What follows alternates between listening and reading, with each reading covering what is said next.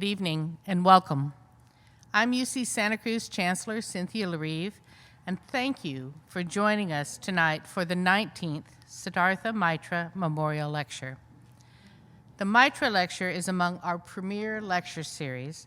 It has brought renowned intellectual thinkers to UC Santa Cruz, enriching the intellectual life of our campus and of the community at large.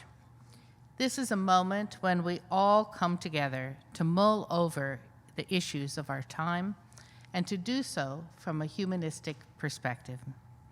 Over the years, the Mitra Lecture speakers have offered us great insights on a host of topics. Lectures include writers, academics, scientists, artists, a Nobel laureate economist. Janet Yellen, the current U.S. Treasury Secretary and former chair of the Federal Reserve, was our speaker in 2019. Abraham Verghese, professor for the theory and practice of medicine at Stanford University School of Medicine, was our 2011 lecturer. Tonight, I am very excited to hear from Amartya Sen, the Indian economist and philosopher. He is our first return speaker in the series, and we're delighted to have him back. We owe thanks to a number of people for this series. Kiran and Arjun Malhotra's generous gift established the endowment that has supported the series for more than 2 decades. And of course, we have deep gratitude for the entrepreneur and businesswoman Anu Luther. Anu has been a great friend of UC Santa Cruz. She is a current UC Santa Cruz Foundation trustee and the former president of our foundation. She taught economics here and launched this series to honor her late husband, Sid Mitra. Sid was a scientist, entrepreneur, and philanthropist of great vision, and he had deep appreciation for the humanities. The lecture series is a wonderful legacy that preserves Sid's memory while expanding our horizons. Please join me in welcoming Anu Luther, who will tell you more about the Mitra Lecture Series and tonight's distinguished speaker.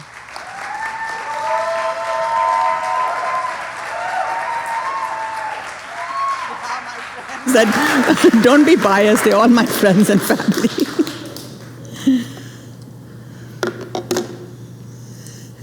Good evening and welcome, good afternoon or good evening.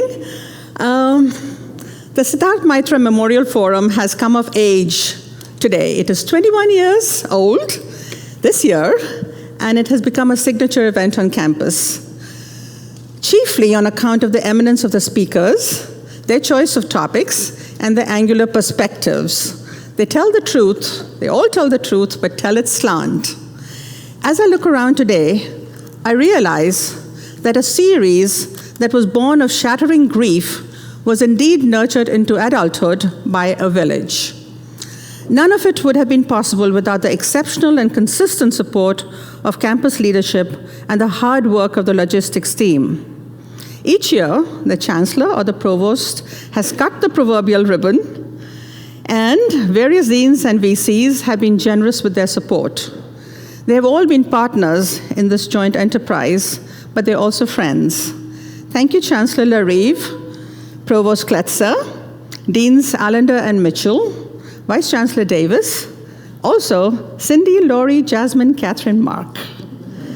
I have been working with Kristen Palmer for most of these 20 years, and it's been a real pleasure to watch her grow into her current role as Senior Director of University Events. This year, Nicole Silva, Nikki Torres, Paulina Fisher, and Diana Hogue on Kristen's team, and Carrie Napolis of the Humanities Division were part of the effort. Our friendship is based on boogie-woogieing together to COVID's tune and managing to create this ball. The audience, the live audience this year, is largely an FNF group, friends and family, and it includes my 98-year-old father, husband, sister, children, Papa, Tom, Sujata, Sonali, Julio, Aditya, who actually flew down from Portland just for the day. My dear, dear friends who come here year after year, I'm grateful to you all but I do need to single out Kiran and Arjun, who provided the founding endowment for the series, previous Mitra speakers Marty Hellman and Abram Verghese, who are here today, and Carol, Ramin, and Gary, who drove up from Santa Monica just for this event. It is very lovely to see so many familiar faces, all friends, not just to me, but to one another and within a warming circle of shared values. It feels like poetry. The inaugural lecture, Poetry and Friendship, may have anticipated this, and thank you all. At the center of the circle is Professor Amartya Sen, and with him, his wife, Professor Emma Rothschild. This is, wow, Professor Sen's second appearance in the series. After he first spoke here in 2006, it elevated the prestige of the series dramatically, and now we are surely in the stratosphere. I'm most grateful, Amartya and Emma, for braving COVID and this weather.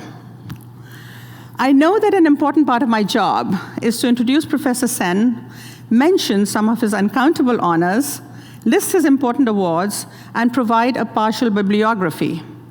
But as I was preparing this intro, I was reminded of a conversation I had with someone who is here in the audience, a very generous donor to many causes, but one who insists on going by the name Anonymous. On one occasion, I lobbied with her to allow me to recognize her on a pet project. And she again declined, explaining, Anu, I support projects that I believe in. The cause is always so much bigger than me. Mentioning my name only takes the attention away from the cause. But it would not be right to not mention Professor Sen's transcendent recognitions. But may I start with the ideas, perspectives, and conclusions that earned him these honors. Amartya's ideas do stand on their own. They have the force of truth and the beauty of compassion in the simplest intuitive meaning of these words. But the only legitimate way for me to stand here and do this is within the context of Amartya's impact on me as an example of the many students that he has influenced. I first came under the spell of Professor Sen at the Delhi School of Economics, where he taught me to write my A's upside down and my E's backwards. They were symbols of math logic, prereqs for his lectures on contemporary social choice theory, a field that flew off Kenneth Arrow's startling impossibility theorem. It asks a simple question about democratic choices. How can one derive society's ranking of different alternatives from how individuals rank them? I'm grossly simplifying, but Arrow's answer was, you cannot. Professor Sen focused on some of Arrow's seemingly innocuous axioms to demonstrate that reasoned and democratic social choice was possible. His most cited paper, The Impossibility of a Paretian Liberal, focuses on the idea of individual liberties that he believes should be relevant in society's decision-making. These contributions were prominent in his Nobel citation. It was intoxicatingly brilliant, but mostly abstract, theoretical. Over the next century or so, Professor Sen and I went our different ways. He'd made sure I had admission for graduate studies in the US, and he went to England. We did not meet in those years, but I was never really removed from him.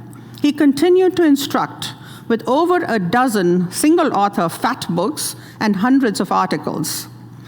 But he seemed to have made a left shift in his interests. He now wrote about deprivation and discrimination, justice and equity, poverty and famines, democratic engagement and public discourse, the tyranny of identity.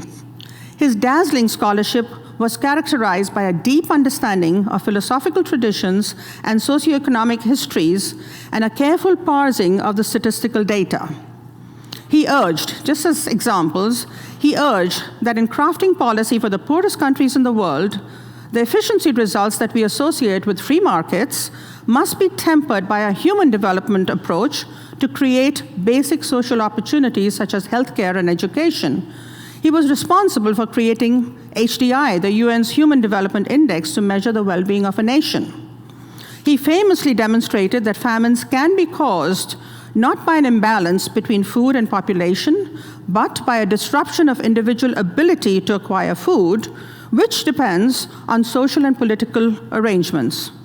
He asked, why are 100 million women missing? Focusing public attention on the magnitude of the problem of gender discrimination. He argued that people, even the poor, value democratic institutions in themselves, and that open public discussions have significant economic benefits. The foundations were solidly empirical, but his influence at every level of national and international policymaking is immeasurable. To me, there seemed to be distinct and separate identities within him at work, a dialectical conversation that helped him better understand the world in philosophical, economic, mathematical, ethical ways. I thought of it in terms of macro versus micro, east versus west, never the twain meeting. And that left me oddly dissatisfied.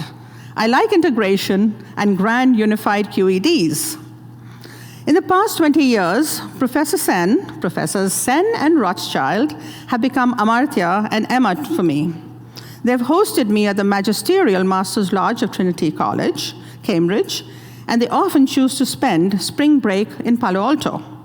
I have stayed with Amartya often in Shantiniketan. His home has become a gurukul for me. Kiran, Carol, and I work closely with him to help achieve the aspirations of the Pratichi Trust that he established with his Nobel Purse. All this makes me, I suppose, a friend and colleague. But every time I am with Amartya, I'm his student.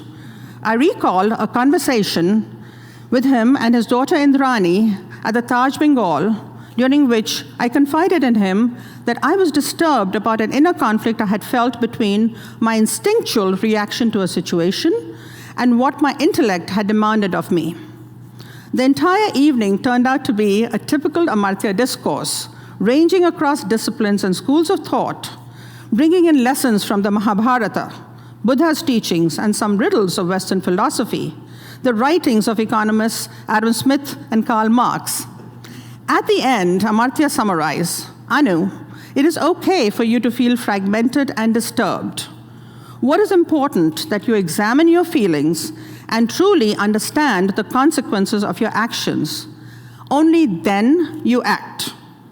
In quintessential Buddha fashion, the end of this philosophical discourse was something that had pragmatic and communicative value. I felt like Subhuti, Buddha's disciple, who asked the question that got the answer that got handed down over generations as the Diamond Sutra. What a lesson I got on how to live a conscious, conscientious life. In his first lecture at UCSC titled The Tyranny of Identity, Amartya had explained over the course of an hour why a multiple personality disorder is not that at all, not a disorder, but in fact something quite the opposite. It has taken me another 15 years to understand that it is a good thing even if we feel tugs in opposite directions. But it is important that we have the tools and the freedom to reason and reflect. His two latest books sealed the deal for me. The Idea of Justice bridges one of the gaps I spoke of between philosophical theory and economic decision-making. Amartya addresses his dissatisfaction with the modern philosophical approach to distributive justice, in which principles of fairness are decided from behind a veil of ignorance.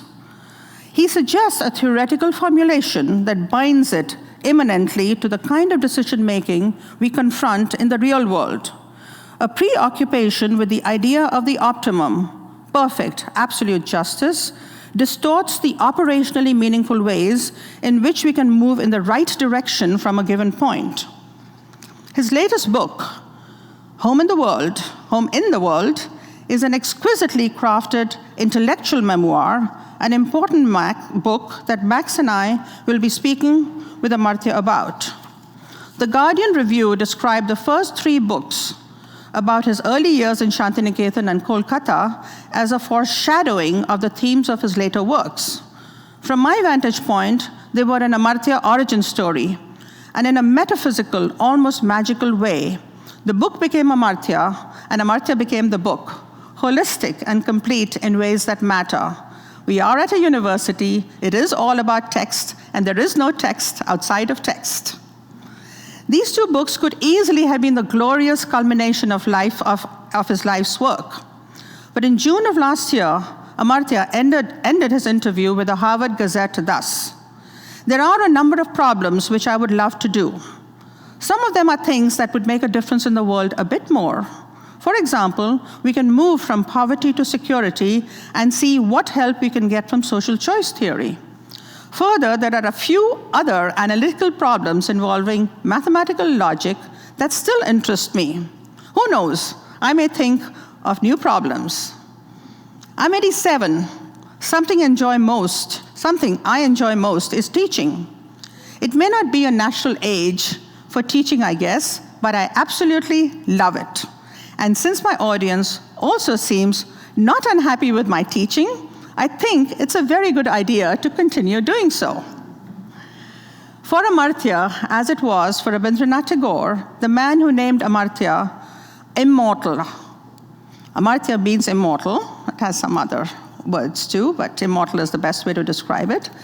Work is life, and life is work, now expressed in 30 books, 20 of them single author, hundreds of journal articles, many more public lectures and opinion pieces, truly uncountable.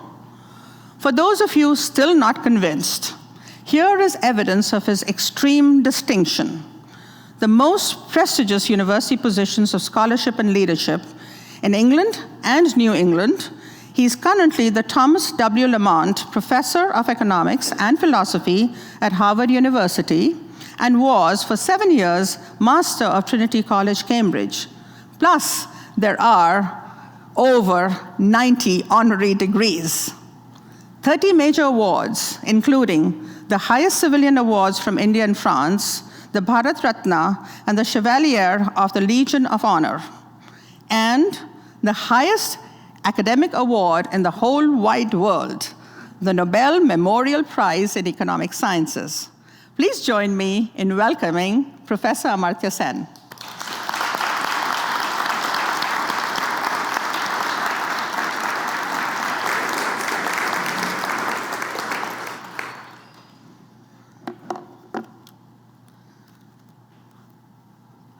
Max, I finally learned to say his name right, Massimiliano. I also have the great pleasure of needing to introduce Massimiliano Tamba. But I've been asking Max send me your bio. I just met him. I said, otherwise your bio is going to be the length of time that I've known you. But anyway, he sent it late last night, and I missed it. So here I am, reading a bio. Massimiliano Tamba, a PhD in political philosophy at the University of Pisa, has taught political philosophy at the University of Padova in Italy. He joined the University of California, Santa Cruz in 2017, where he is now professor in the Department of History of Consciousness. He has published several texts on the political philosophy of Kant, Hegel, post-Hegelians, Marx, and Walter Benjamin. Among them, oh my God, Max, I just learned to say your name right in Italian. There's no way I can read this German. You'll have to say... You can skip the German title. I can skip those, okay. And the Italian title as well. Italian, oh my God, after that Italian, Peter Lang. You can go to the English book. Max, I'll read the English ones. Okay, There are 2 English books. Marx's Temporalities, Brill in 2013, Insurgent Universality, An Alternative Legacy of Modernity, Oxford University Press in 2019. Currently, he's working on a book titled The Democratic Excess. Oh, there, he says, no need to read the German and Indian titles. Okay. Well, please welcome Professor Tamba.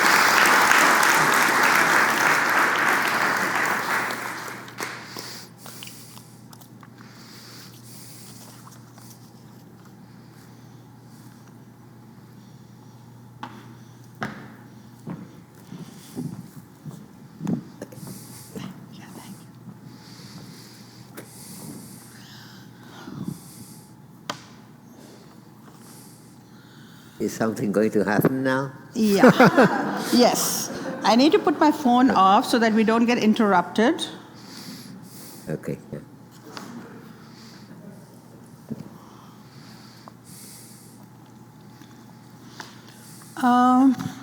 Well, welcome everybody. I think we also have an online audience.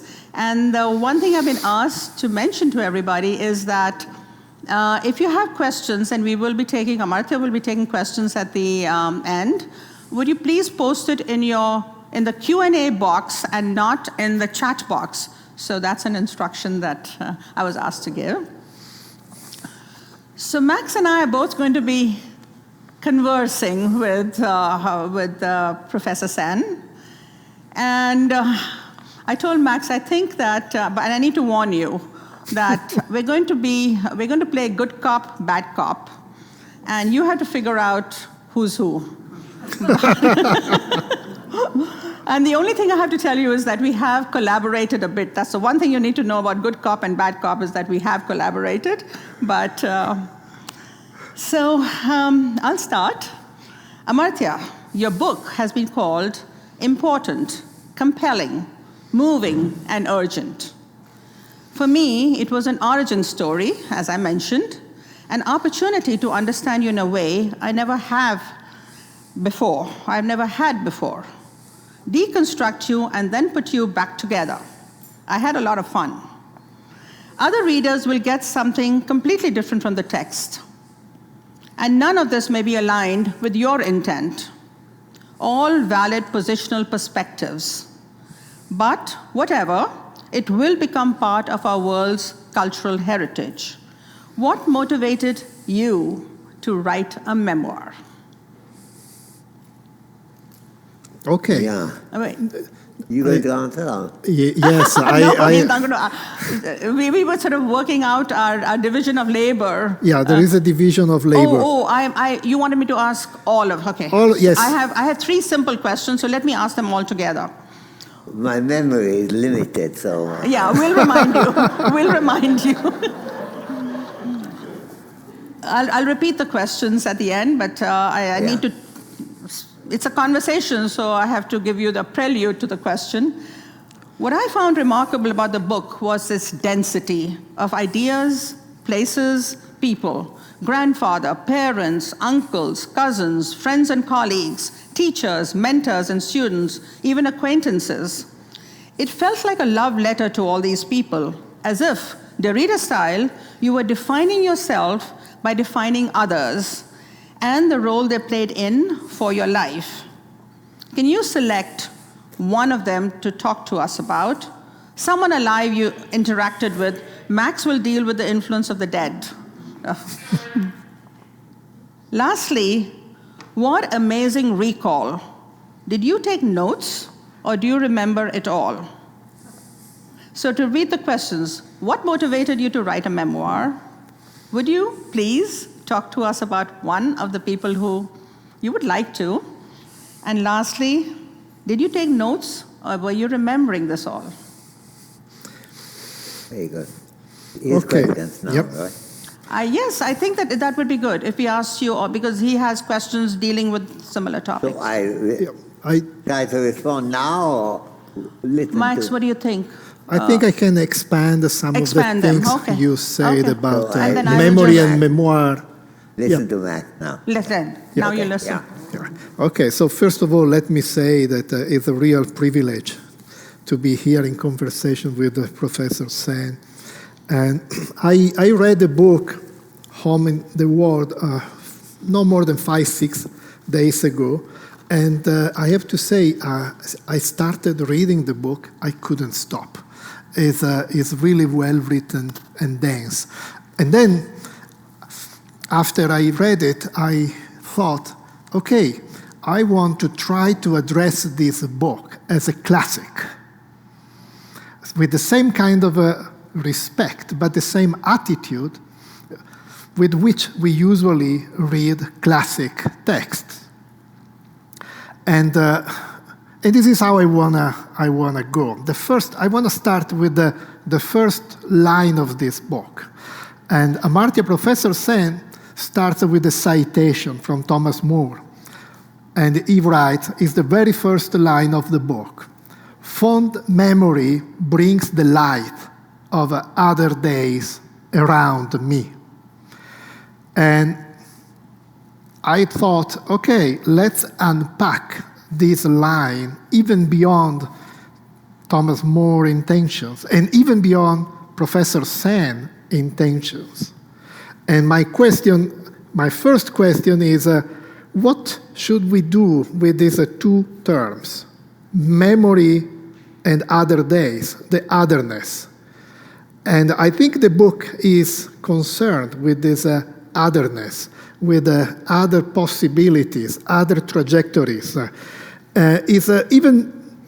Even more, I think there is something in this book that, at least when I read it,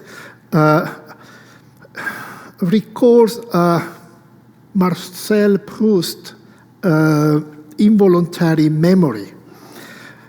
The idea that, I give you an example how involuntary memory works in Marcel Proust. For example, Professor Sen is drinking a cup of tea is one of the examples you can find in the Search of Lost Time in Marcel Proust's book. So you start by drinking a cup of tea, then the smell of tea you are drinking evokes something else, the place where your parents used to drink this tea. Then it reminds you at the garden and some trips you did with your parents. So it's a kind of a chain of thoughts.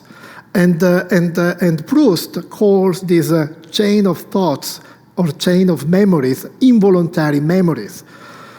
Philosophically, many people, and particularly Walter Benjamin, one of the authors on which I wrote a book, and he worked with the idea of involuntary memory. Why? Because involuntary memory can evoke something unexpected. And I think this is the way I want to read the book. What is unexpected in this book? Where in this memoir we can find some room for hope, for something else. And I think this is something that we especially need today, more hope and some otherness, some other trajectories, some other possibilities, or some roads not taken. A second citation, quote from Professor Sen, also in the very first part of the book. This book, Professor Sen writes, is not an investigation of the nature of a civilization, but, as the reader will see, its sympathies are with an inclusive rather than a fragmentary understanding of what the world offers.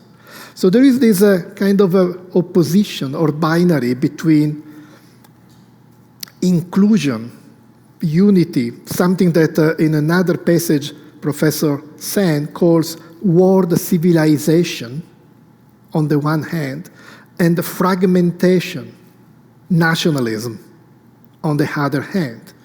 So again, the unexpected, the other trajectory that I think Professor Sen is pointing out in the book, this is my reading of the book, is always embarrassing to read the book and try to provide an interpretation of the book when the author is present. It's really embarrassing, believe me. But this is how I read the book. I think there are these two trajectories, so fragmentation and unity, and the world civilization, and something that can give us coherence in our world, something that can provide a common home. This is the title of the book, A Common Home. And but in the same citation, the one I just read, we have not only inclusion and fragmentation, but there is also a reference to the reader. The reader will see this path. So readers are invited to change their perspective so that they can see this other path of civilization in the kind of a unity and coherent discourse that Professor Sen is showing us in this memoir. The reader is invited to follow this kind of a coherent path, coherent trajectories that gives a sense and unity to this common home, the other way of a civilization, or again, what Professor Sen calls world civilization. So there is a kind of an invitation for the reader and a kind of a ethical implication in this book. It's not just a recollection. It's how memory can work in order to point out a task, an ethical task for the present and the future. How the past can orient the present and the future.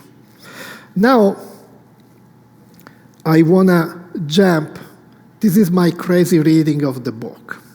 I want to jump from the very beginning to the end of the book, literally to the end, the last page of the book, in which we find another citation.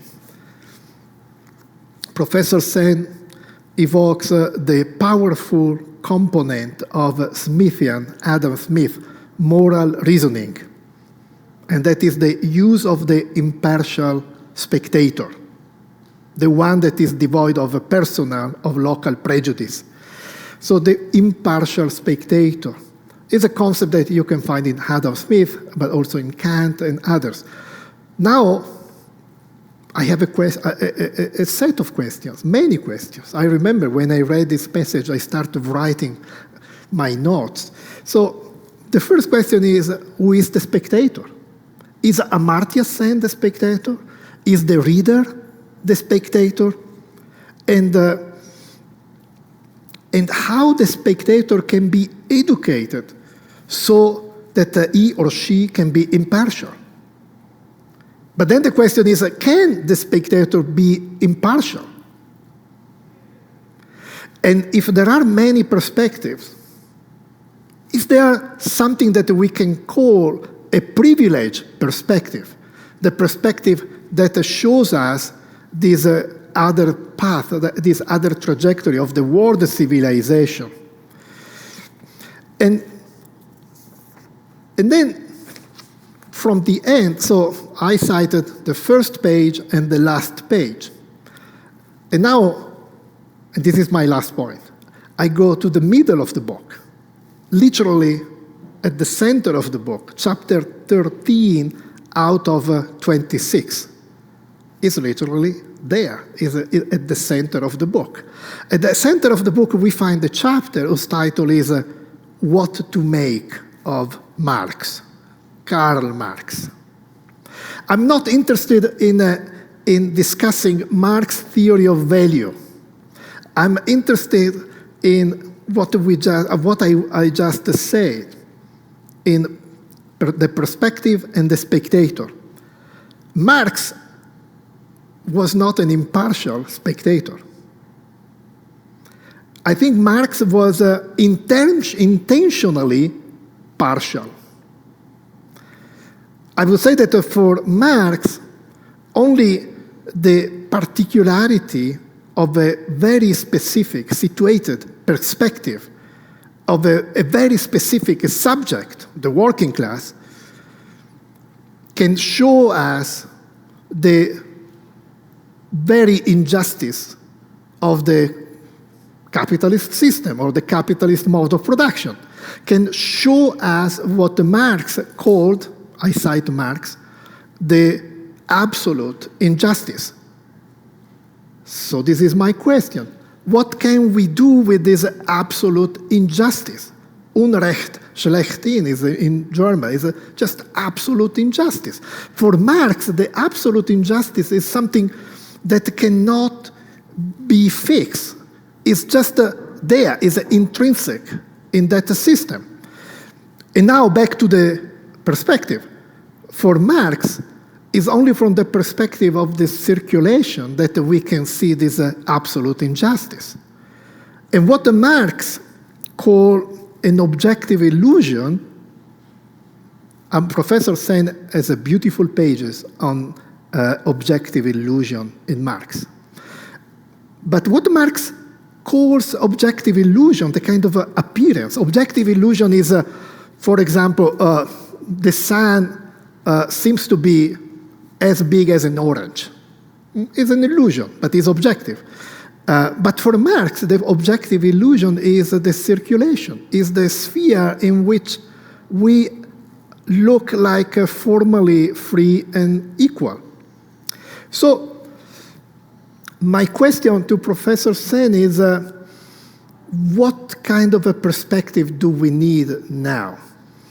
Are we able to have an impartial perspective, or we need a specific kind of a partial perspective, as Marx did, in order to show this absolute injustice? Does the concept of absolute injustice make sense today, or we should abandon? And what to do, especially today when we have a kind of a multiplicity and plurality of perspectives? Is there something that we can call a privileged perspective? I will go to the same point in the last question. Professor Sen? Well, Wow, well. Take a deep breath. certainly a lot of intellectual gravity in these questions, and not easy to answer them. So I begin with Anu's thing. First of all, what made me write this book? That's a difficult question to answer, because a memoir could be written for very many different reasons. Perhaps the most immediate one was my sense that I remembered certain things very clearly, and yet I wasn't certain that my command over them were not slackening over time. Age is a sad progress. I'm 88 now, and one achieves being older without doing anything very much for it. It just happens. But there is also the fear that certain things which are straightforwardly recollectable now may not be like that in the future. For example, I spent my earliest childhood, cognitively recognizable childhood, in Burma, in Mandalay. And in many ways, my understanding of Mandalay was different from others who had written about Mandalay. And I wanted to make clear why that's the case. And it also raised in my mind the question that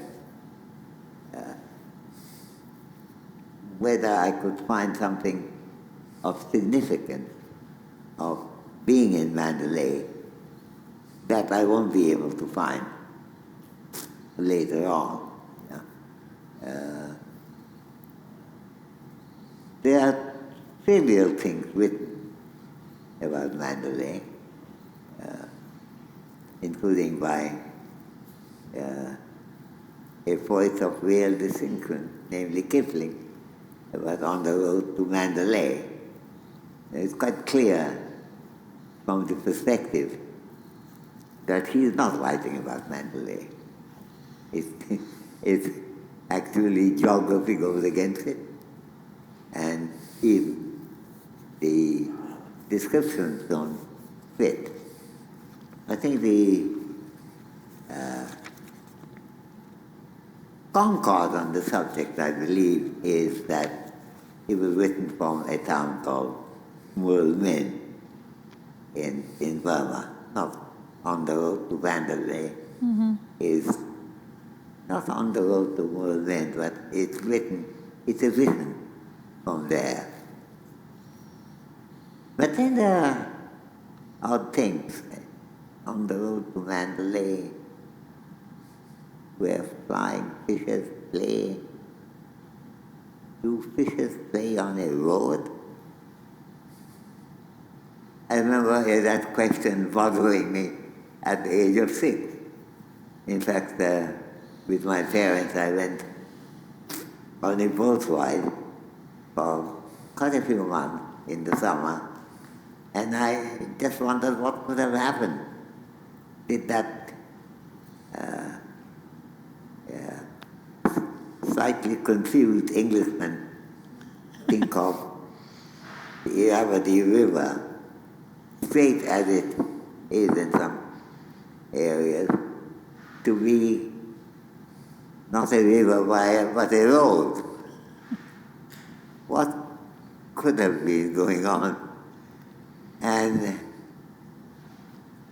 then if you turn from there to Kipling on, say, the city of Calcutta, which is a very nastily written piece. What made him gather together some nasty features of a town which many people love? And how would you explain his concerns about it? So, I was bothered by lack of remembrance that could come my way, forgetting. I was also bothered by great geniuses writing rather trivial description of a town, which I would see very different arriving in Calcutta many years later.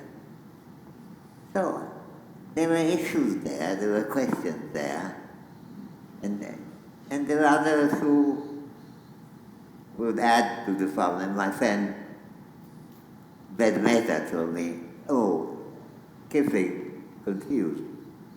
He is really writing about Lahore. Why? Why is it so different then from the city of Calcutta as we know it? Kipling also says that when he says these things about Calcutta, people don't agree. Even the Viceroy doesn't agree. Now, the Viceroy was no lover of India. Right. But what made him disagree? Why did he think that Calcutta had something in it?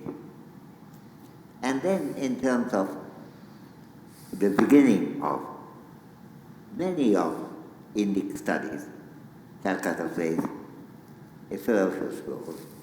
And indeed, my own college, Presidency College, which was established there more than 200 years ago, was established, it's worth remembering, not as a government college. It was established as a civil society initiative. Both local Indians living in Calcutta, as well as some Englishmen living there, including, oddly enough, the head of the court, who was impressed by it, and a Scottish watchmaker called David Hare, who wanted to have a school. He hadn't wanted to have a college. And they decided it's essential. And then you get some extraordinary teachers, called extraordinary professors, who made a gigantic difference to college. So I think exciting things were happening in the past, and I both wanted to remember them, wanted to think about them, and wanted to ask the question that my friend, the philosopher Jack Rawls, John Rawls, often asked, how is this possible? So what drove me quite a bit was how is this possible? And of course I enjoyed being in Presidency College enormously, learning from the discussion that's taking place in the coffee house, Calcutta. And as Dr. Rai Chaudhuri, a great historian, alas dead now, died 5 or 6 years ago, he says that he probably learned more from conversation in coffee house than he did from lectures in his college. The Adda. Atta, yes indeed. Yeah. But sometimes more cantankerous than Atta. Not always relaxed and easy. Not yeah, a hangout. Pretty relaxed, but and then many years later, when I was in Phoenix College as an undergraduate, I ran into, well, I'm lucky there were a number of very interesting classmates. But there was the Japanese from Chako Okazaki, who died 2 years ago. He wanted to know what did I know about the trial that took place after the war, Second World War, when the Japanese were treated as war criminals, and of the 11 judges, only one dissented, and that was the recently appointed judge from India called Radha Vinod Pal, who said, this is victor's justice. There's a wonderful book that my friend, great philosopher, also dead now, Robert Nozick, gave me a copy of, called Victor's Justice.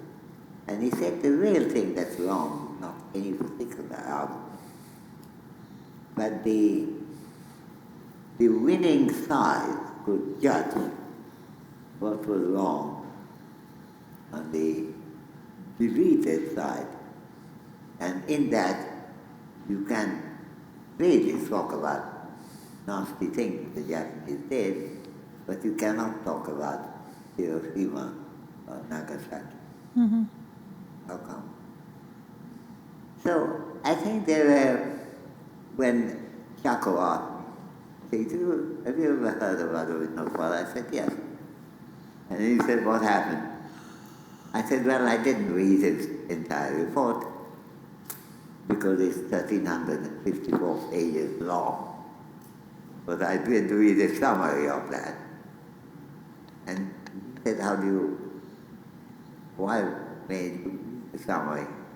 So I said, well, because we argued about it in coffee house in Calcutta as to whether Paul was right and the English and the American and French, the Chinese were wrong, or whether that was not the case.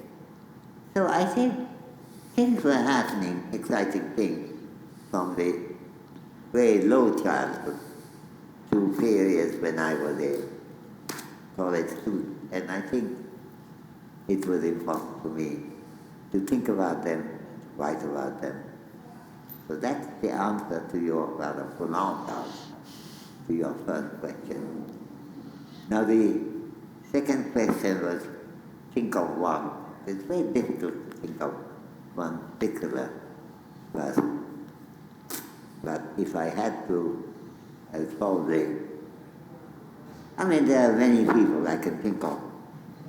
My grandmother, who was a big influence on me in Santa Educator, who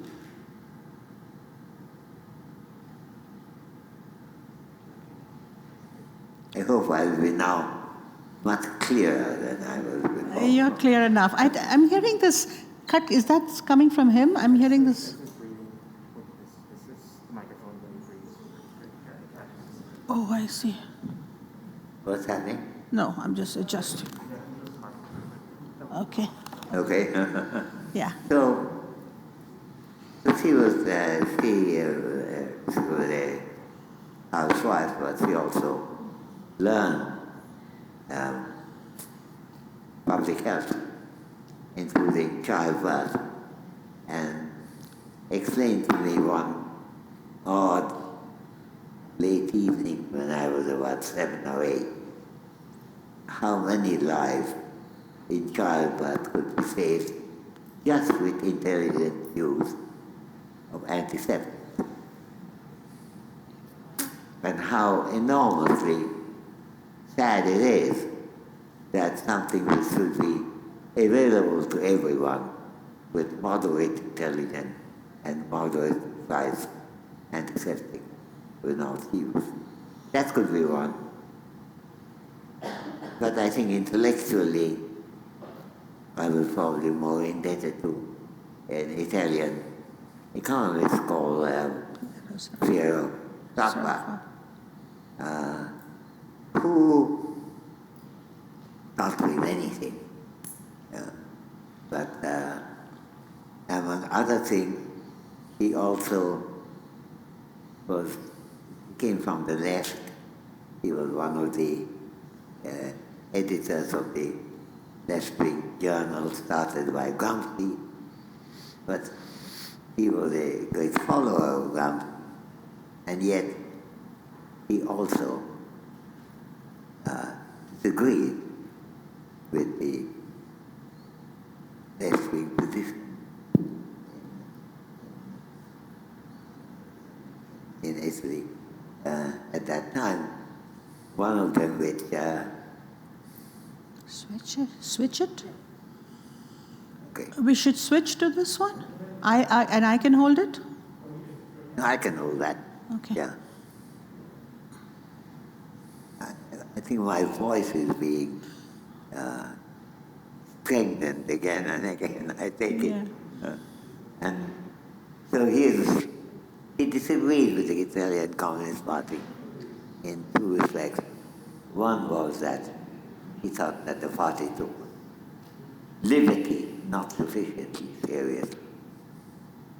And then he had enormous discussion on that, saying that no matter what the Marxist position and Marx had raised that question might be, the fact is that liberty is something which above all workers need most of at this time. And the second was that if you're going to fight fascism, you have to do it in collaboration. Is this working or not? No, it's not. Yeah, I had a Juan? sense of a, Better. it's idolatry of some kind, I think. But do I do anything with it? It works. It's coming now? Yes. Okay. So you have to collaborate with the other party. not alone. And this was quite important because rhetoric was as much an enabler of war as other ways of dealing with it. I recollect being amused by one of the stories about a propaganda being carried out by a left-wing advocate. He had to face a number of fascist advocates who said that Mussolini is doing such wonderful things. Why is it that you shouldn't join Mussolini?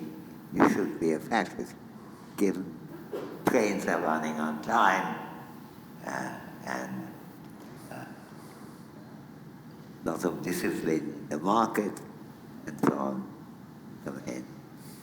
To which the left-wing peasant said, this is a very good argument.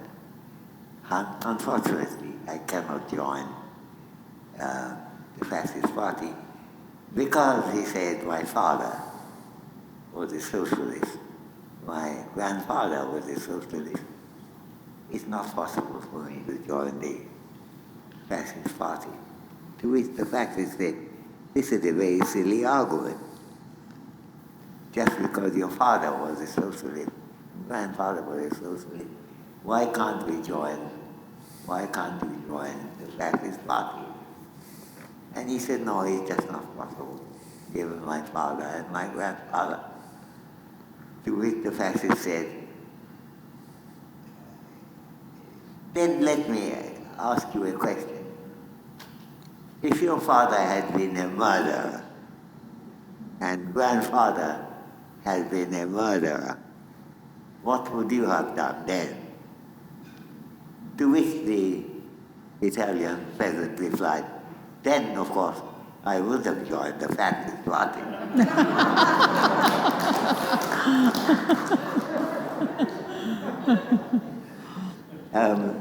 So I think I can talk about Schaeffer, but I won't because we don't have that much time.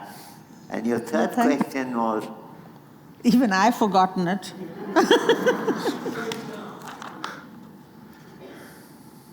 Well, did you take notes? And I guess this feeds into Max's question, did you? And it was kind of a setup for Max's question. Did you take notes, or did you actually remember it all and recall it all? And you can answer my question and Max's together. So, No, I set you up, okay? I sometimes took notes, sometimes wrote just letters, sometimes try to remember them, and sometimes tried to remember them, but forgot them. So, all kinds of concerns here. Now, coming to Max's question about Marx, I think his question is really important. Also, like Anuj, Marx did many really exciting things, but I think one of the most important things that Marx did was to draw attention to descriptive details. People don't quite recognize often that the labor theory of value is interesting not because it's a better predictor of prices, which it is not, but it describes something in a suitably detailed way that you may not get from others. Maurice Daub, who was one of my teachers, explaining this, says, think about French historian Marc Bloch. When Marc Bloch says, feudal lords lived on the labor of thought.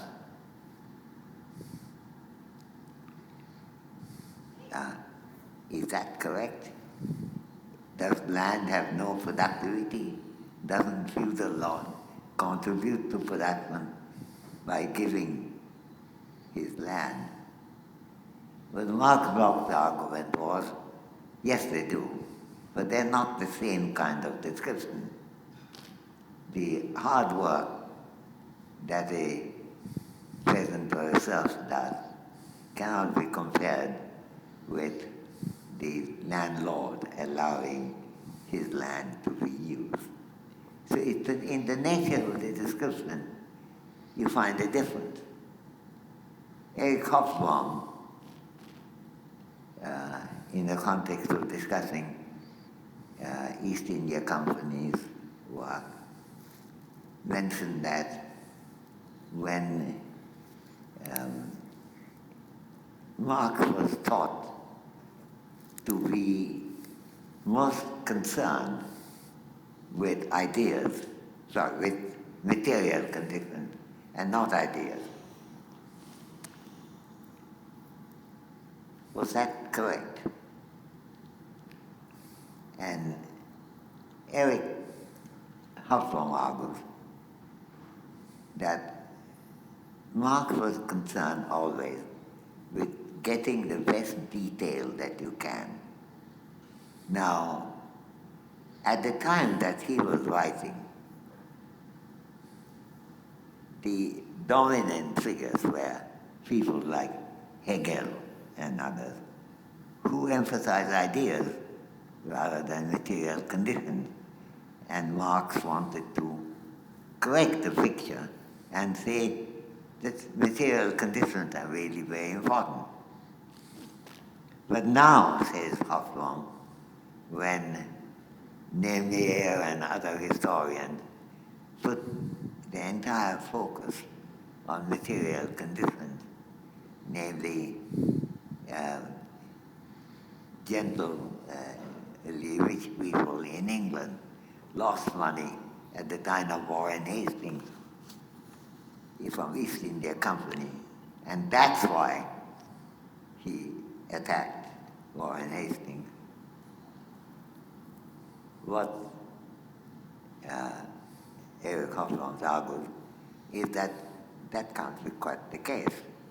People were also upset by the intolerance, by the nastiness of the East India Company and the plundering of Bengal. And while at the time of Hegel may be the dominant figure. Now the dominant figure are people like Nemier, who are, and in economics often, maximize profit, no other motive, no other noble concern. Time has come to change. And so his argument is that Marx's position here would have been not the same as it was in the Hegelian context. And if you look at his Marxist writings on, say, the 19th century, I remember when I was reading Capital Volume 1, sitting in my little room in the YMCA hostel in Calcutta, I asked myself, so looking at the changes in the 19th century, what did Marx think was the most interesting thing happening? And oddly enough, in Volume 1, he does ask the question, what is the most interesting, exciting thing happening? And I expected him to say maybe the communes of 1848, maybe the development of unions in the country. He doesn't say that. He says the most important thing that's happened in the world is the American Civil War.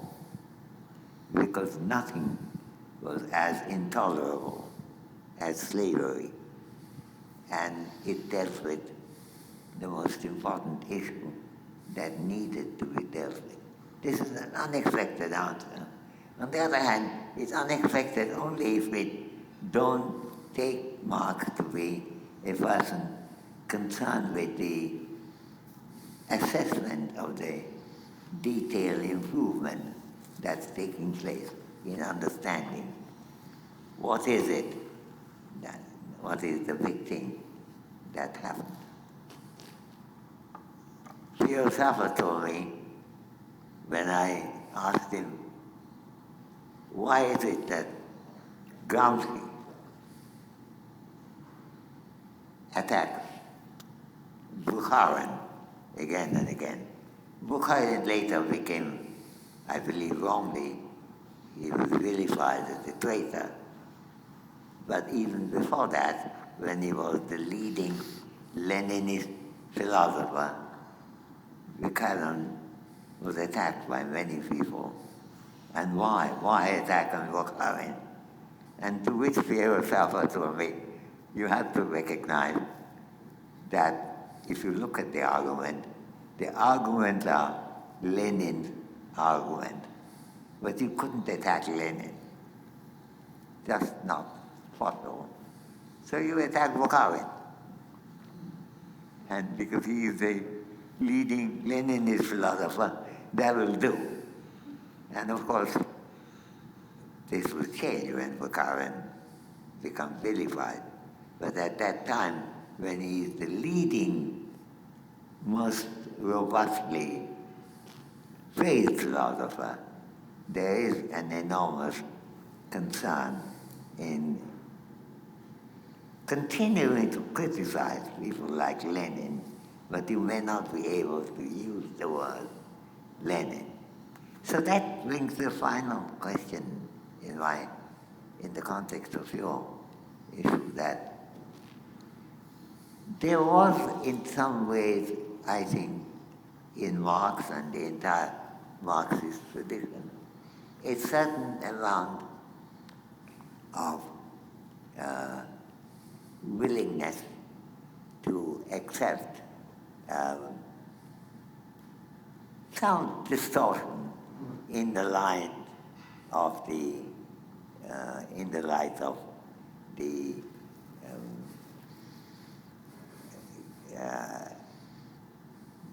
big achievement and the small achievement.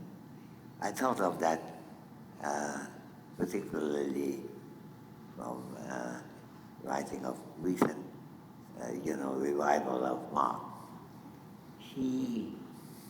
First of all, there was a certain neglect that he had, I think it's difficult to deny, of particular atrocities that occurred, which he accepted, which he didn't go against. Because the bigger thing was payment according to need as opposed to labor in the critique of Gustav Volcker, or the capital, the value of labor, and so on. So he did a certain amount of choosing, and when we have to judge Marx, we have to judge him in terms of both of them. I think the critique of Gustav Volcker was probably the finest book about the morality of distribution written at that time, criticizing the Workers' Party of Germany and saying, don't be happy just because people are getting the value of their labor, because there are many people who have need because they're not well, because they have a large family, because they have prone to illness, which are neglected, and no theory of justice can neglect need as opposed to reward to work. So I think, and there's this, I end with that, your question.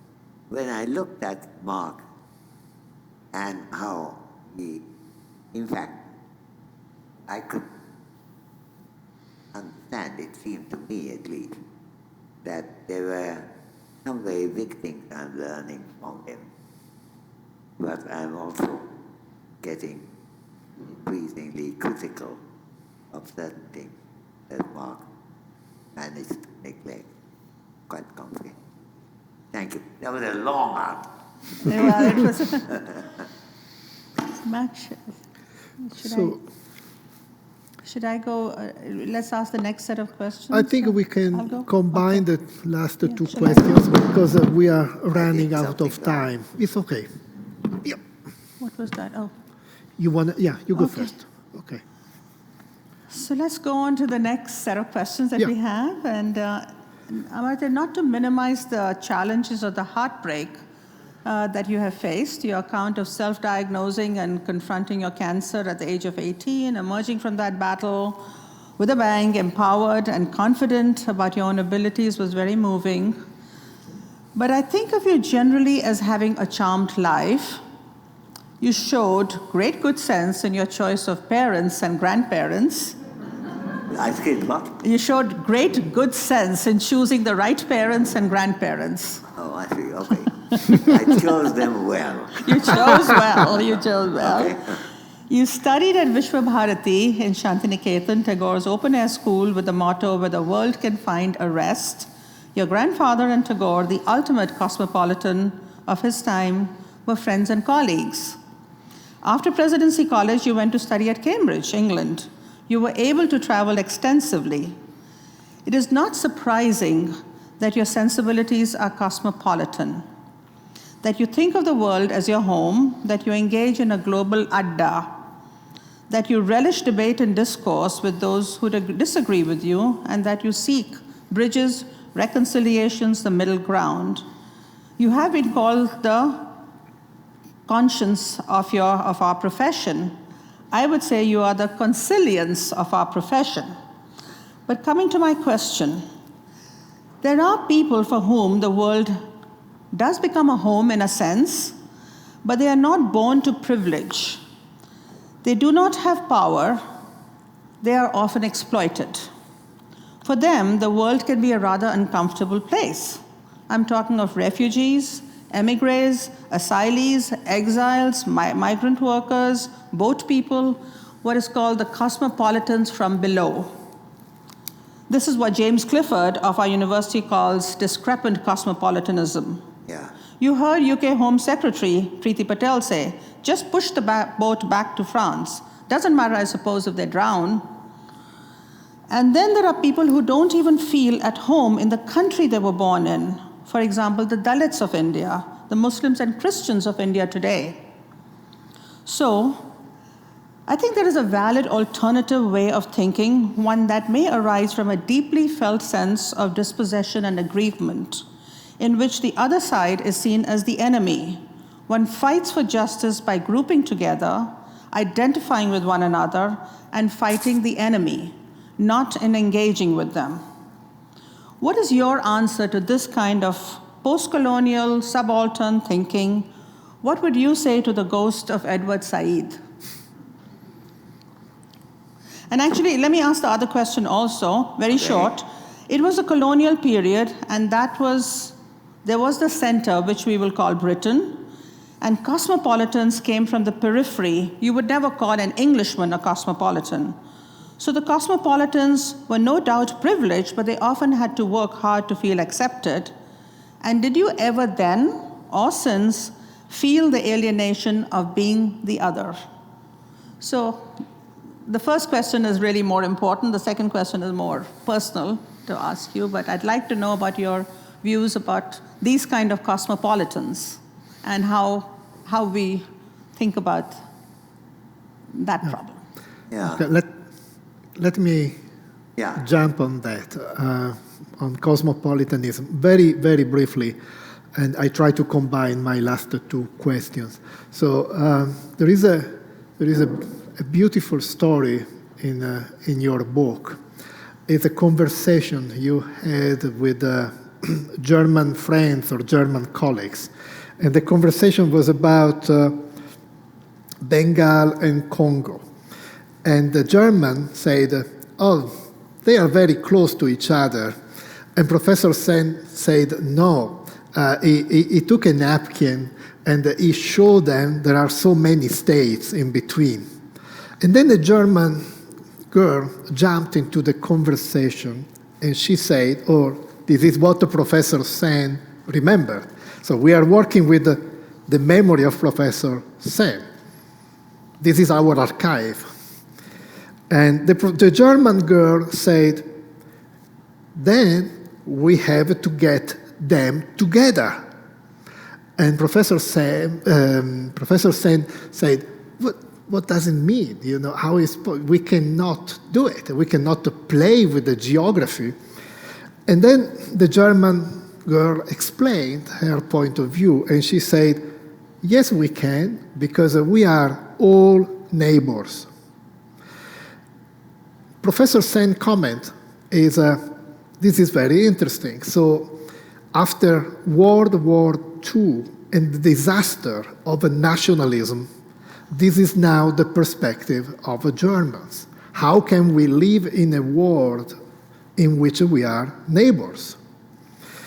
Again, my question is, we have the two trajectories, nationalism and fragmentation, and world civilization, and we have something unexpected, what the German girl said. We are all neighbors. So the question is, how can we take this path, this trajectory in which we live as neighbors? This is my first question. And obviously, a question related to this question is, what is the role of education? And this is what I think many people around us do. We work in the academy, we educate people. What an education that takes seriously this task of building, educating global citizens, what such an education looks like. And I think it's just a question, for Professor Sen, but a kind of open question. And I really would like to conclude with this open question that is the beginning of a conversation. I think in order to take this path of a global civilization in which we finally can live as neighbors, I think the first thing we can change is ourselves. And I think we don't need more institutions. We need institutions, obviously, but ça va sans dire. But at the same time, we need some real work on ourselves, and this is what we do. This is our job as an educator. But again, the question is, what kind of education? How is possible to educate global citizens? What advice would you give our chancellor and provost who are sitting here? Well, that's what an exciting set of questions. A bit of the background of that story you recollected. I used to, when I was an undergraduate in Cambridge, I was constantly traveling around, mostly by hitchhiking and staying in youth hostels. So on 2 pounds, I could go from Italy to England, just auto-stopping and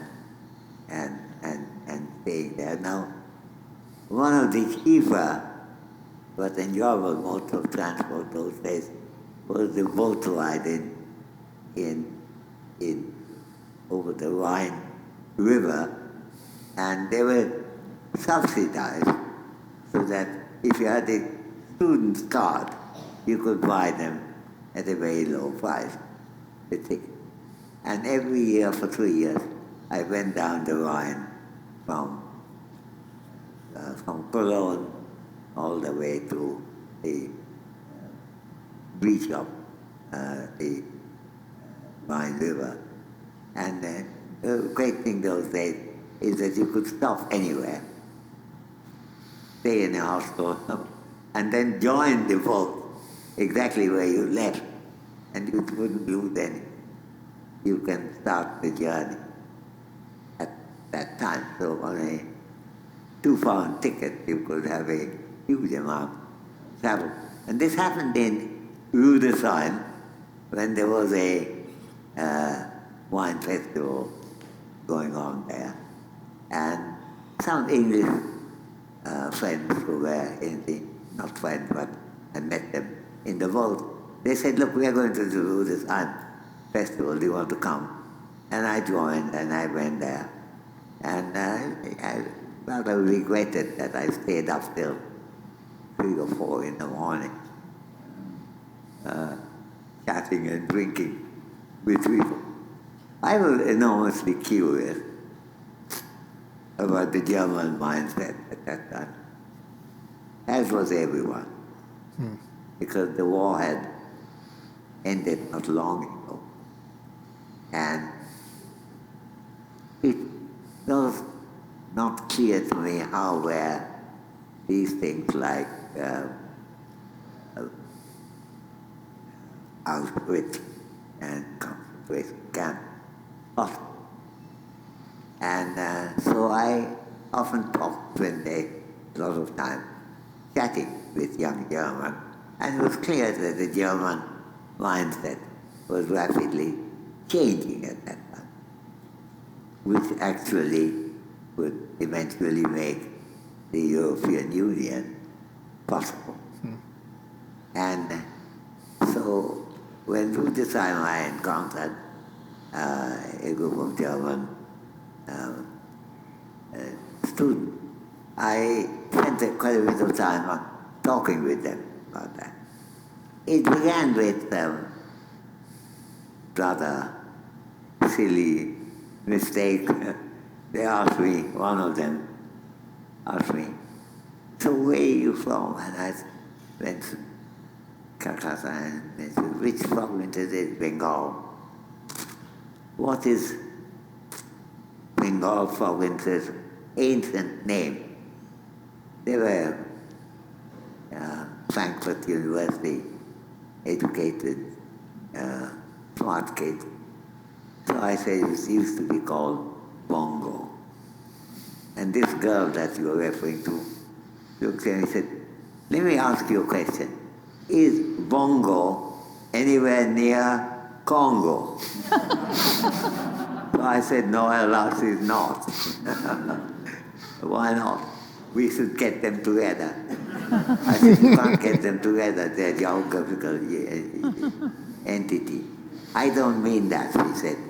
You have to get them together in their mental makeup. And then she said, everyone can be anyone else's neighbor, the line you were drawing. Have you ever come across this thought?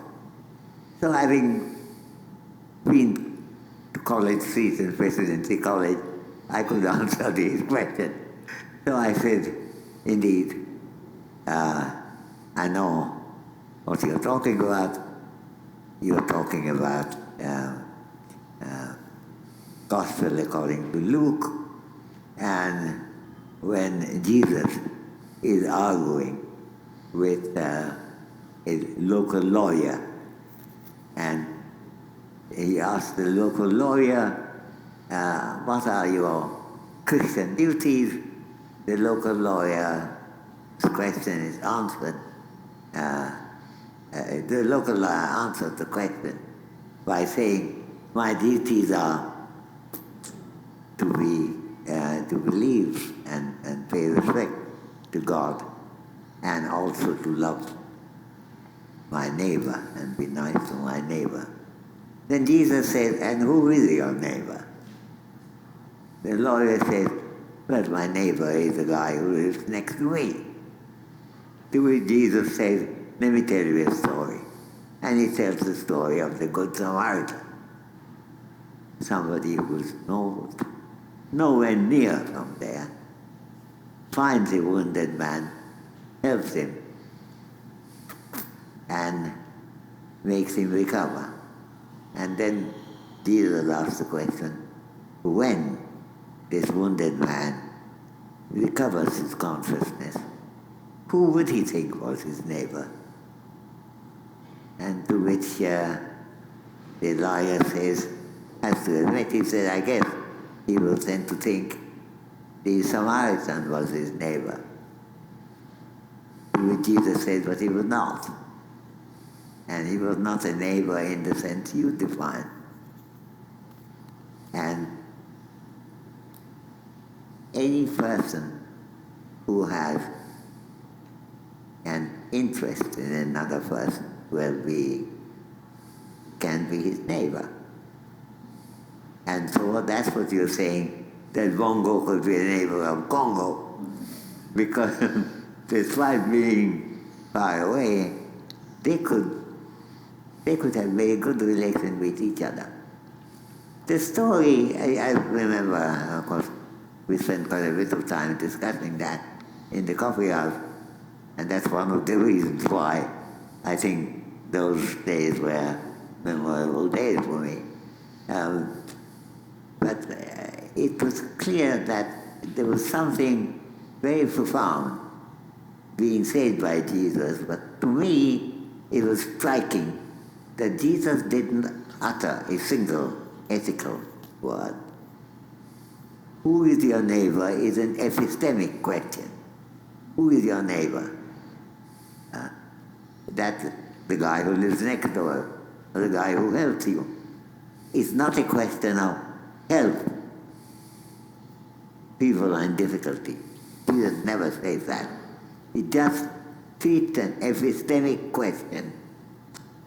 Who is your neighbor? As entailing an ethical implication, namely that you are able to help anyone if you are so minded. So I think that type of concern, I did think that in my understanding of the developing New Germany, this was an important idea. Now, in the book, I think I quoted Angela Merkel saying something about our neighbors from Iraq or Syria, and they're not your neighbor, except in the sense of the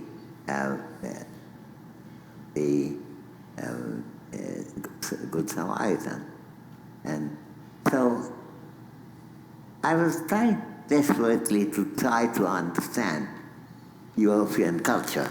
Of course, the biggest contribution came from Italy in the form of Declaration of Ventotene in 41 and the Milan Declaration of 42. But there were things going on elsewhere in Europe, and the Spanish Civil War, about which I knew something. I could suddenly look at it differently. I could see Picasso suddenly differently, and so on. Now,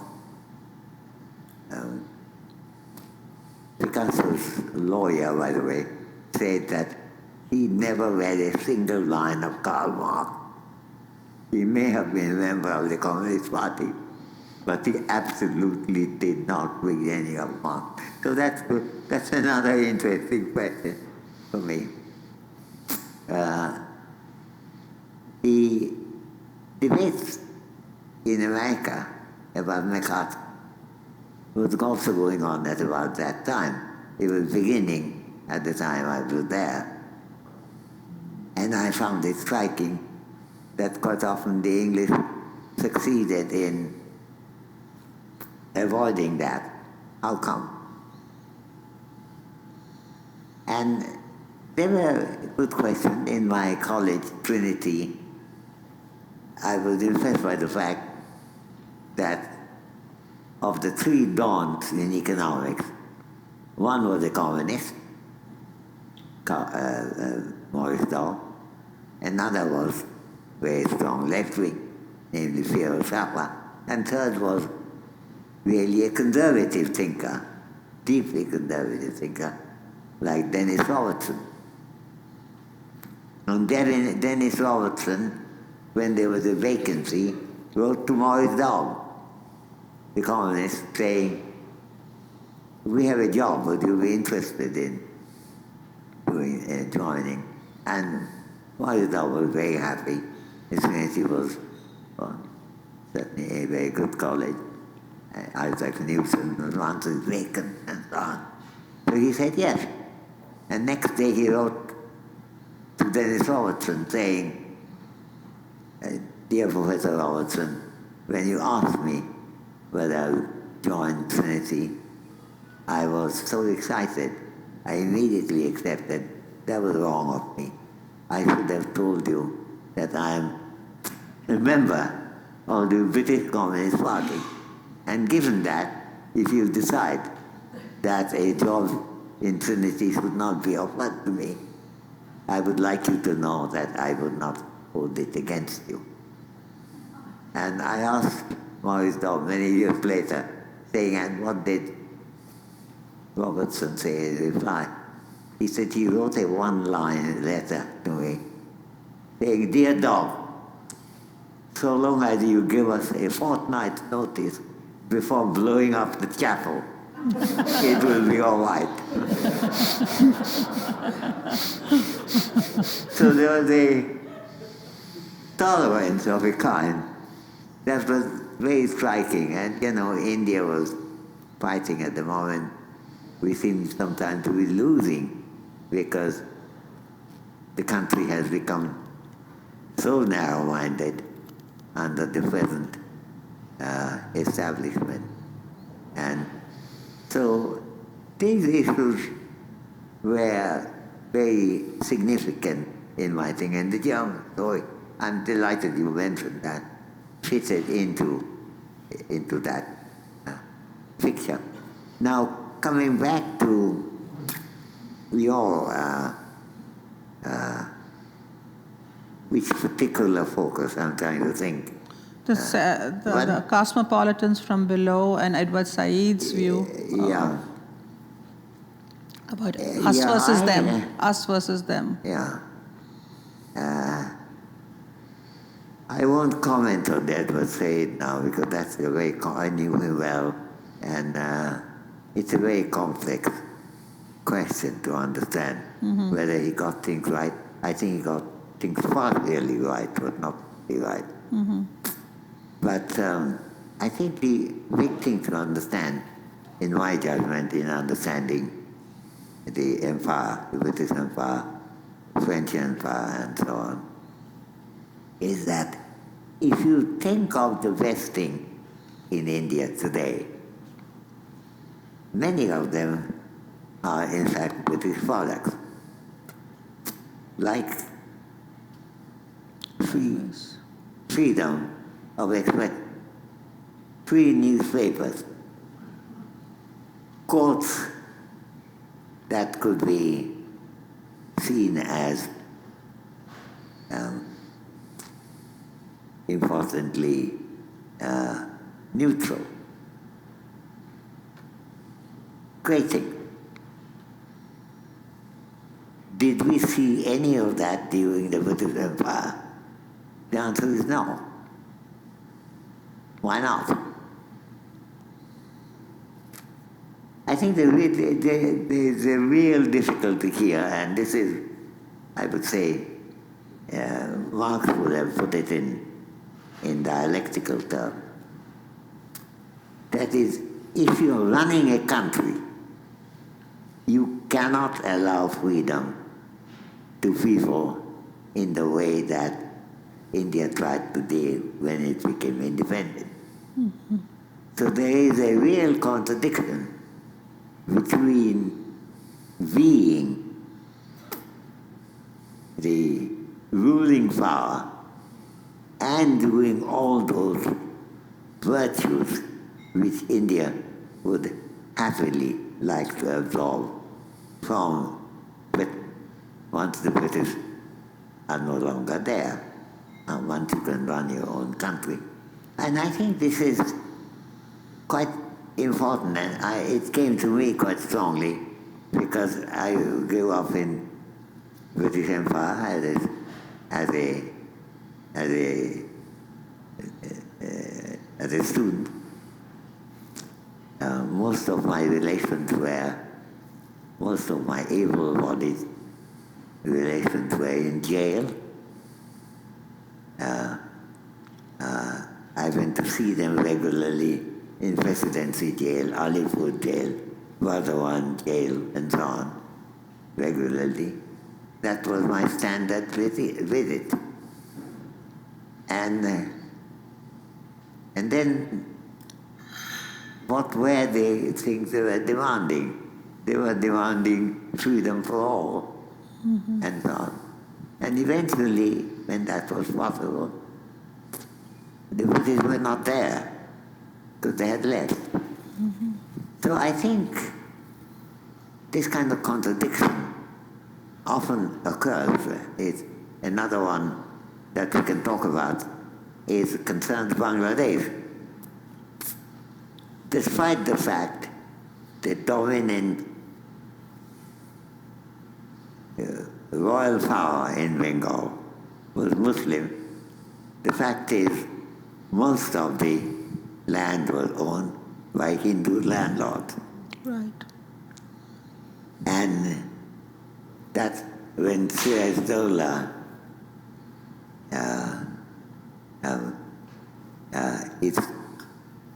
is written to by Clive by saying, "We are friends.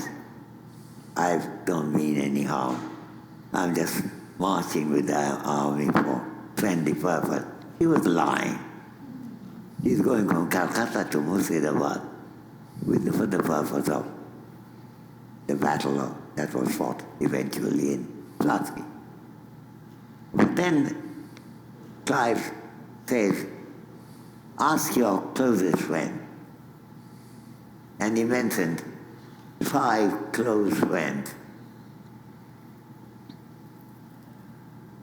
And these are 4 Hindus and 1 Muslim. Now this is extraordinary that the last Muslim king to rule over Bengal, his closest friendship consisted of 4 Hindus and 1 Muslim, though he himself is a Muslim. So I think the land distribution, the Muslim royalty never really interfered with. And so the Hindu land ownership was very strong. This made it very difficult at the time of approaching independence for Muslim secularists like Fazlul Haq to pursue that line because they were Hindu landlords. And as Fazlul Haq and others said, you have to get rid of them. My father, who was teaching at Dhaka University, told me he could never support Congress. Why not? Because the Congress were so influenced by Hindu landlords that it's not a possible side to suggest. It was Bangabandhu Sheikh Mujibur is a bigger personality in many ways. But it is also true that he didn't have to face the Hindu landlord problem because the Hindu landlords left after partition. So there was a kind of land reform that occurred And that made it, I think, the kind of, you see, the first election that Muslim League won in Bengal was in 1946. 1947, the country was partition. By 1952, the Bangladeshis or East Pakistanis were fighting for Bengali language, not for Muslims. And Mujibur Bangabandhu in the election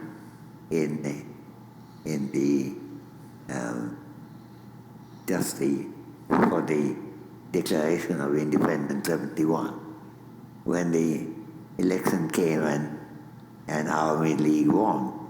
Army League was 51% of the population, and still it won all over Pakistan. And one of their demands was a secular Pakistan, not a Pakistan where a non-Muslim could not be president, for example. We are actually going exactly in that direction today in India. And it's one of the most dreadful things. But it is important to recognize that the historical change of the partitional movement of the population made the 1952 Bhasha Andolon language movement possible in a way it was. So I think the world in which I was growing up was really quite exciting.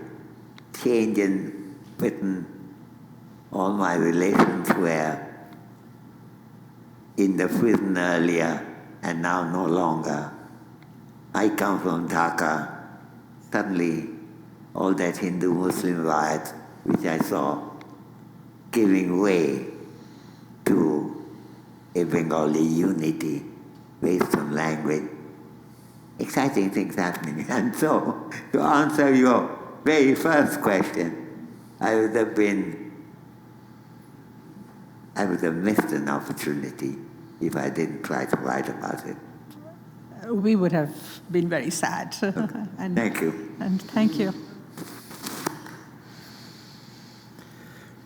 I think we don't have a time Yeah, I think for...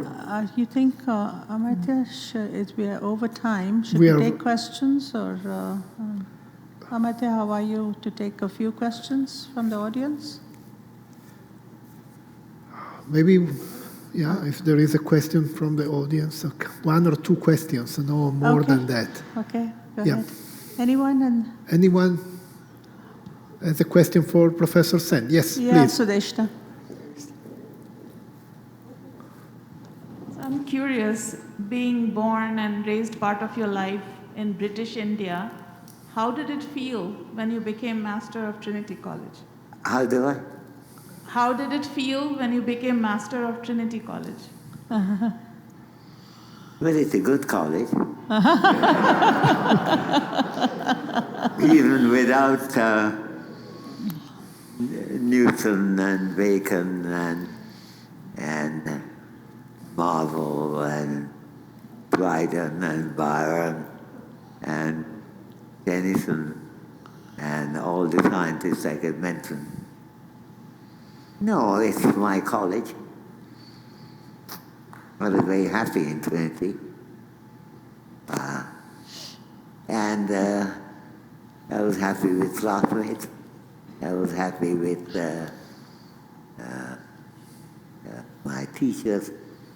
And I enjoyed thinking. I didn't expect to be asked to lead the college. But when suddenly, unexpectedly, I was asked to do that, I told Emma that I was in Italy then. I was in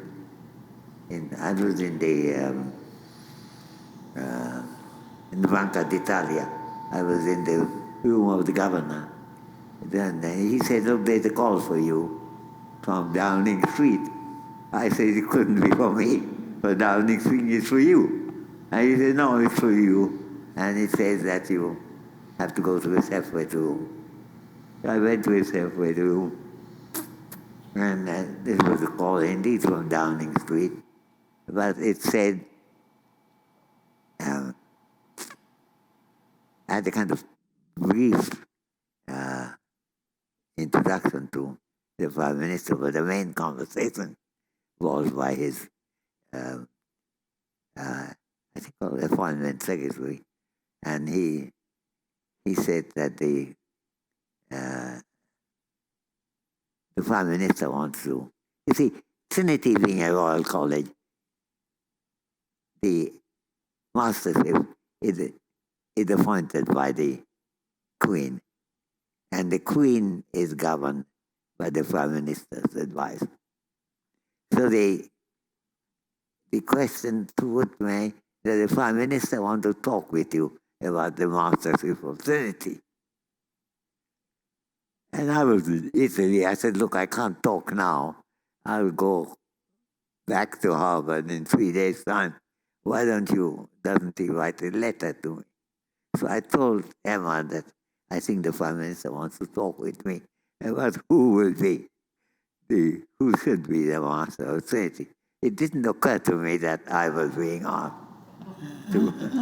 So I went back, and then Emma said, no, I must be to you. And then I opened the letter, and indeed it offered me the job. So I think I asked myself the question, would I be happy here? And it seemed to me, why not? It's a good college, and I've got a lot of friends. I have a complaint, but that complaint applies to many other places. My main complaint is when the college had such great intellectuals like Bacon, who were writing, and I quoted it. When I got an honorary degree from Harvard, I had to give a commencement lecture. I quoted Bacon saying, the most important thing is to express doubt. And I told myself, what happened today? People who were being burned as witches in Britain. This was still going on. Bacon was still alive. And the witches the alleged witches did not get any kind of justice. What did Bacon think his duty would have been? What about the importance of doubt? And I think the answer I don't still know fully. But it falls into the category of people being happy with such halfway answers that is none of my business. And that's what happened. They did not do anything because this was happening elsewhere. And that's not for the glory of the college. But then it's true of King's and St. John and Peterhouse and so on also. So taking everything into account, it did seem like a good thing to do.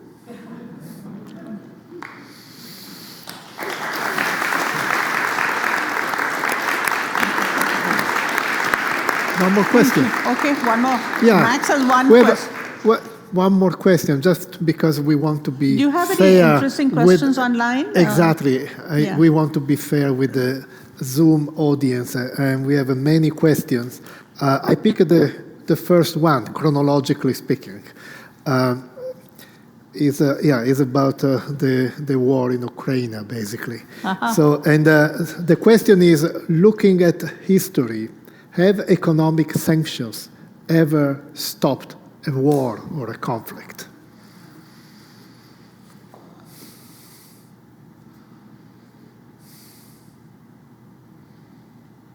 Sorry, I'm not sure I got it. Oh, I'm sorry. He was looking at his watch, so can you repeat the question? Yeah, the question is about war and sanctions. War? So, sanctions. So the case of in Ukraine. So the war. The question is, looking at history, have economic sanctions ever stopped a war or a conflict? Well, I think the minimum that one should do in trying to stop a war is to use the most potent instrument you can use, and if sanction is that, then you should use that. Some of us think the sanction is not strong enough, really, because lots of people are getting decimated at the time when there was a general declaration that we are on your side, Ukraine, and whether having strong sanctions, which is effective rather in a limited way and more so over time. Whether that's adequate or not, I don't know. I would have certainly thought about the possibility of a more effective immediate concern. But then there's a nuclear issue. You don't want the world, blow up the world, which a nuclear power like Russia can do. So it's difficult to answer.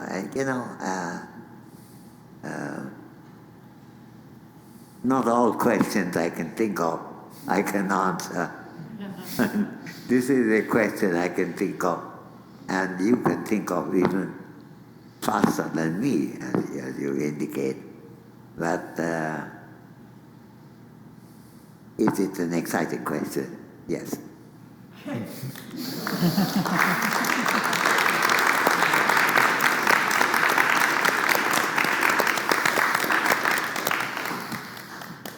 Thank you very much, everybody. There is a gift from the university for you as you leave. It's a signed copy of Amartya's book, and we'll be very happy for you to read it. I think there is one per family, so please take just one per family.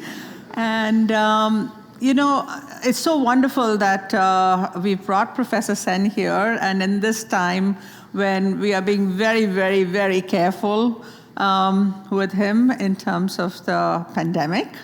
And so it's really wonderful. I just feel so good that there's this room that you've had such an intimate conversation with him. But we would really appreciate it. Emma would really appreciate it if you did not approach Amartya after this. I mean, I think that he's not masked right now, and I would be very grateful to you if you took the gift and got Amartya. As I said, the book is Amartya, and I hope that you'll enjoy it. Thank you. Thank you very much. Thank you.